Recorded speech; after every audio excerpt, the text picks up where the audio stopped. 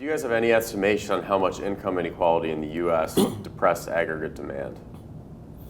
Wow, that's a great question. There are economic journal articles that, believe me, there must be at least 100 on that. It's a very popular issue now that's being discussed in academia.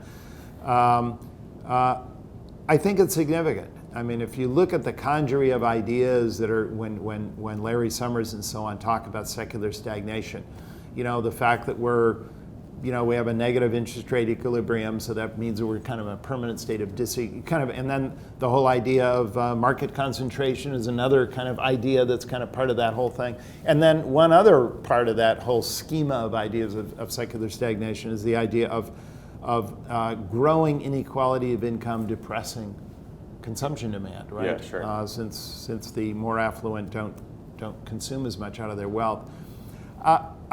My guess is it's significant. I will say, though, that in the last year, by the estimation of almost everyone who looks at the data, and I would add particularly, if you're interested, there's the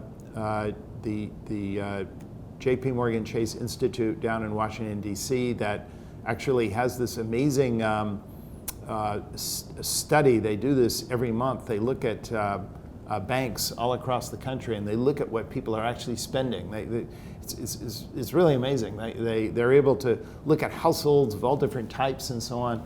And what they have seen and what other data shows is that over the last 6 months, and by the way, you see this as well, if you break down the Conference Board consumer confidence by age. For anyone who has, Bloomberg or FactSet or something, you can take a look at that. Because what you see is in the last year, older people who tend to be wealthier people, their confidence has gone way down. Youth confidence has gone up. Now, to some extent, you could say the decline of energy prices, obviously, to some extent, has increased the relative buying power of people at the lower income bracket, because energy is very is sort of very regressive in terms of its impact on people. Yeah. So that was great for people with not much income and not much wealth.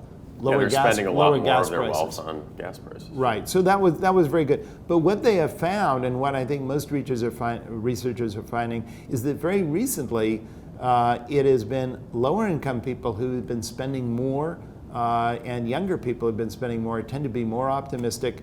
It's older people and more affluent people who are actually cutting back, Yeah. So interestingly, that does not deny that inequality remains as large as ever, maybe even continues to grow, but it does suggest that now we're actually seeing the higher end, which was always more averse to spending even less.